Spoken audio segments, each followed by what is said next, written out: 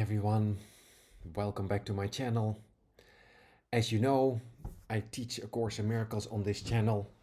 I teach the daily lessons, I teach how to apply these within your mind.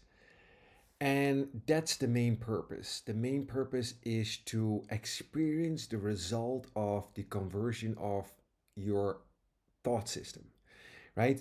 The conversion or the reversal of the thinking of the world. Because the thinking of the world, right, that consistent thought system is the cause of all your misery, the cause of all your suffering, right? Thought, everything is thought. And false thought, right? The thinking of the world is what makes you suffer, right? There is another way of thinking available, and that's what this Course in Miracles tries to bring about in you. But it does require practice. It requires practice because when you practice, you reverse your thinking. And probably most of you who practice this have noticed that the thought system that this course sets for is in every aspect the opposite of the thinking of the world. So you literally learn to think in an entirely new manner. And what you then notice is that your thinking has changed so much that you're no longer able to identify with the thinking of the world. So those are the workbook lessons, the practice in our workbook of A Course in Miracles.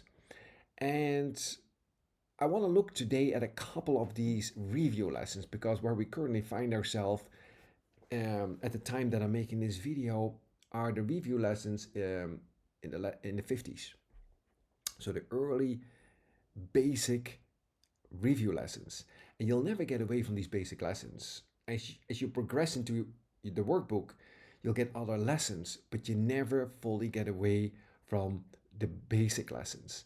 And it's because they're so fundamental that that's really finally all you need.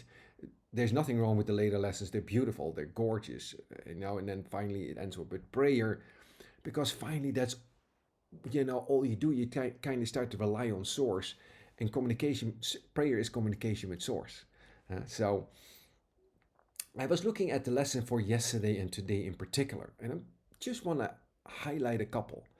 And these are just ideas. And the way you practice them, of course, is set out in those lessons. But more generally, you just let these find a place among your thoughts, right? So let's pick one. Well, let's do the first one. I'm determined to see things differently, right? The way you're seeing things now, which is the result of the way you're thinking, is wrong. And I say wrong in the sense of it's not real. It's not really what's there. It says here, what I see now are but signs of disease, disaster, and death. You can't argue with that. That's the world. The world are signs of disease, disaster, and death. This cannot be what God created for his beloved Son. Again, you can't argue with that, unless you have some evil God, right? But if you have a holy, loving, eternally creating God, you cannot have a problem with that line. The very fact that I see such things is proof that I do not understand God. Therefore, I do not understand the Son. What I see tells me that I do not know who I am. That's the human condition. The human condition is a condition of not knowing what you are, and yet that's not possible. Everything in the universe knows what it is. And therefore, deep down, you do know what you are, but you've covered it over with layers of falsity. And that's what needs to be undone. So these lessons, and particularly the early lessons, are an undoing. They're an undoing of the way you see now. They're an undoing of the way you think now. And in doing so, the truth can rise to the surface. Right? That's how that is. It's not different. That's how that works. And then it says, I'm determined to see the witnesses to the truth in me rather than those which show me an illusion of myself. Right? Now I'm being asked within my own mind to make a determination, to be determined. Right? Not just like really casual. I want to see differently. And I'm determined to do that above all else. I give that priority in all my doings, right? Or undoings, if you will. These lessons are amazing, right? The fact that you say, I'm determined to see things differently means that you're not happy with the way you're seeing now. If you would be happy all the time, you wouldn't say that. You're not happy with the way you are. You're always looking for happiness and for peace and quiet and rest. You can't find it here because it's there, but it's underneath all your thoughts. Correct? So yeah, that's the thinking of the world. Let's pick another one. Just to kind of get into this. Here's a really fundamental lesson. I can escape from this world by giving up attack thoughts. Think about that for a moment. You can literally escape from this world by giving up attack thoughts. Why? Because this world is a projection of your thoughts. It's an outward projection of an inward condition, right? As he so aptly points out in the Course in Miracles, there is no world. That's not a new thought. Eastern philosophy, Eastern thought, Eastern religion has been telling you for a long time that the world has nothing to do with reality. It's an illusion. There's nothing new about that. Quantum theory tells you that the world you see has nothing to do with reality.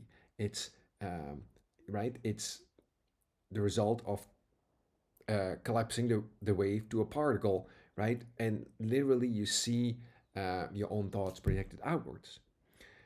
Again, it's not new, but the idea of escaping, the idea of freeing yourself up to something that's more than this, right? That's real, is is being brought about by giving up your attack thoughts, which is just another way of saying forgiveness. The whole Course in Miracles is nothing but a course in forgiveness. So it says here, the world I see is hardly. Oh, it says, herein lies salvation and nowhere else. Now, salvation is a term, a Christian term. You may like it, you may not like it, but you can call it anything you like. Call it illumination, call it, right? Whatever you want to call it. But it says, without attack thoughts, I could not see in a world of attack. What does that say? It means you're responsible for what you see, right? What you're seeing is the outward projection for your inner attack thoughts, and you have them all the time. Um, One of the other lessons is what I see as a form of vengeance is the one before, where he simply says that the world is a picture of your own attack thoughts. See, this is a complete responsibility that you're taking on as you're being asked to practice these lessons. You are responsible for this. Yes, it is not real, but you're responsible for it. Correct? So you're being asked to take the responsibility on you, right? For everything you see and everything that's happening to you. It's a full responsibility.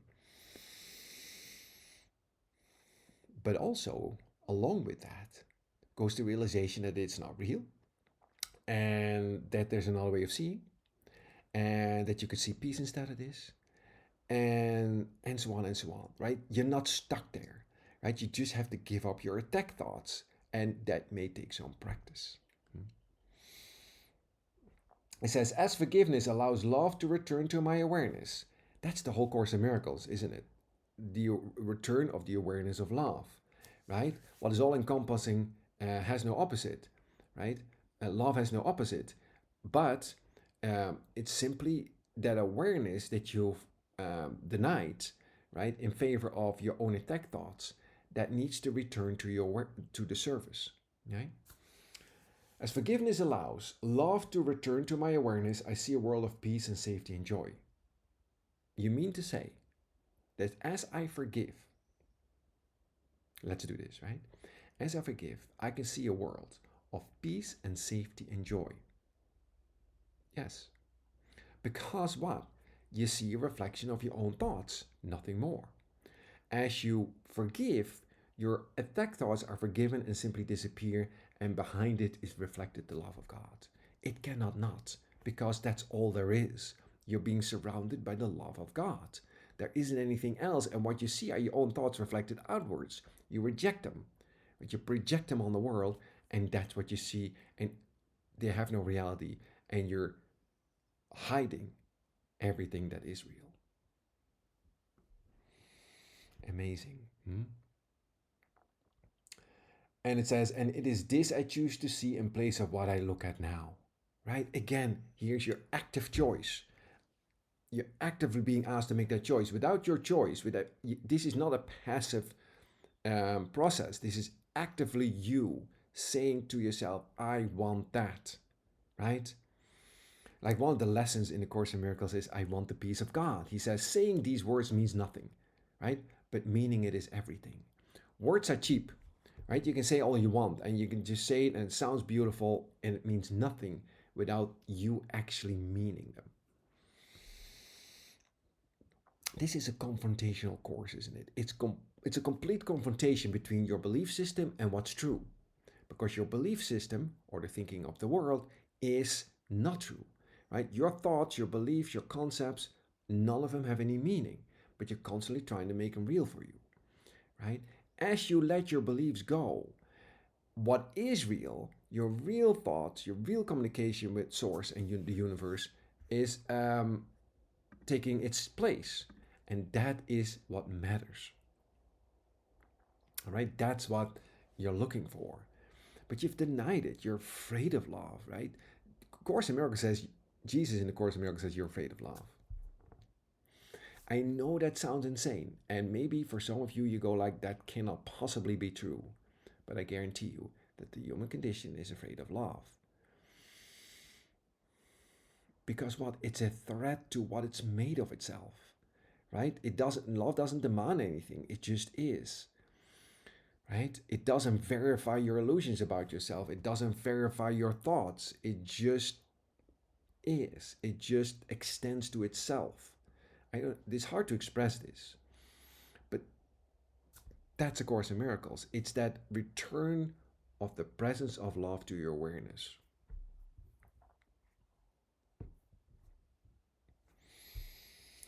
Let's do the last one. These are, by the way, yesterday's lessons. I do not know what anything is for. I love that. They call it divine ignorance, right? This is very much an Eastern practice where you come in with an open mind and not tell it what it is, but you ask it what it is. This is the snake and the rope. It's that preconceived notions that you're letting go because you've been badly taught, and the admission that do not know what anything is for is the first step.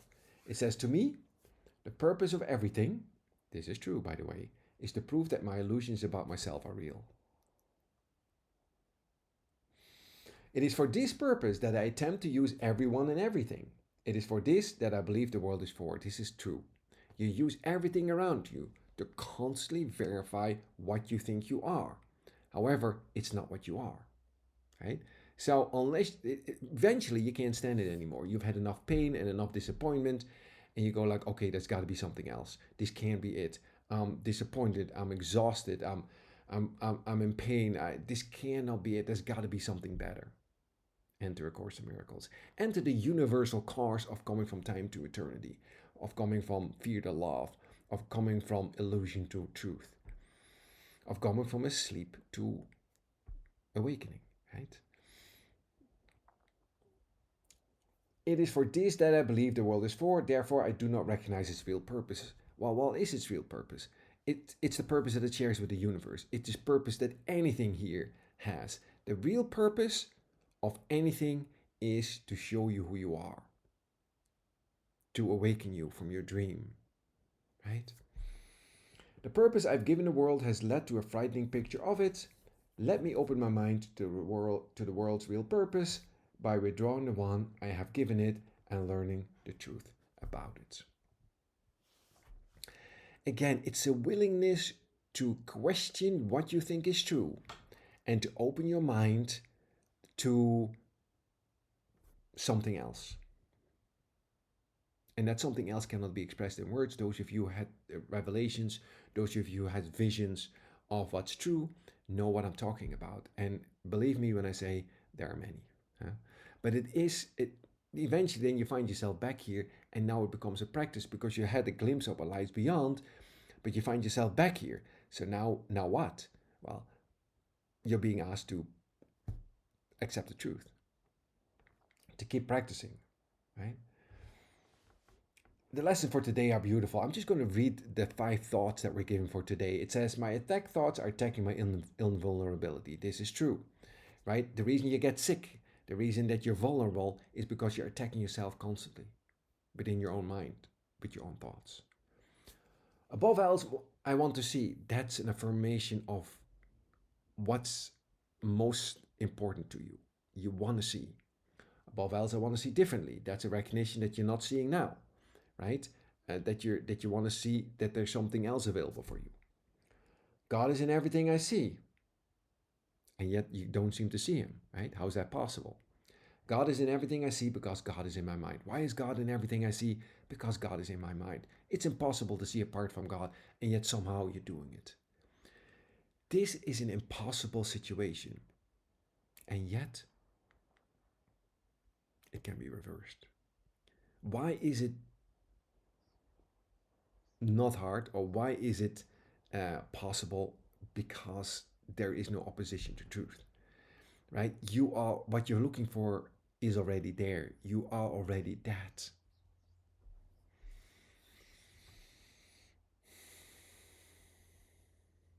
It's the restoration of what's already so. I mean, you can express this in many, many ways, but that's just the truth of the matter. What you're trying to accomplish is already so. It's already accomplished for you. But in time, it seems to be a long way off. But in eternity, it was just it was it was accomplished the moment the mind thought of it. That's all. That's all. Right. So it's in that we rest. It's certain. It's certain you can't fail at this if you want it.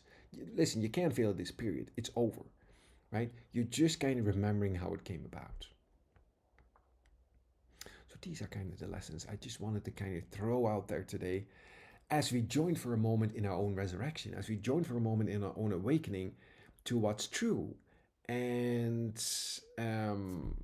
basically become glad because when we recognize each other's oneness, we become glad, and there is indeed a worldwide awakening going on. So these are joyous times, exciting times.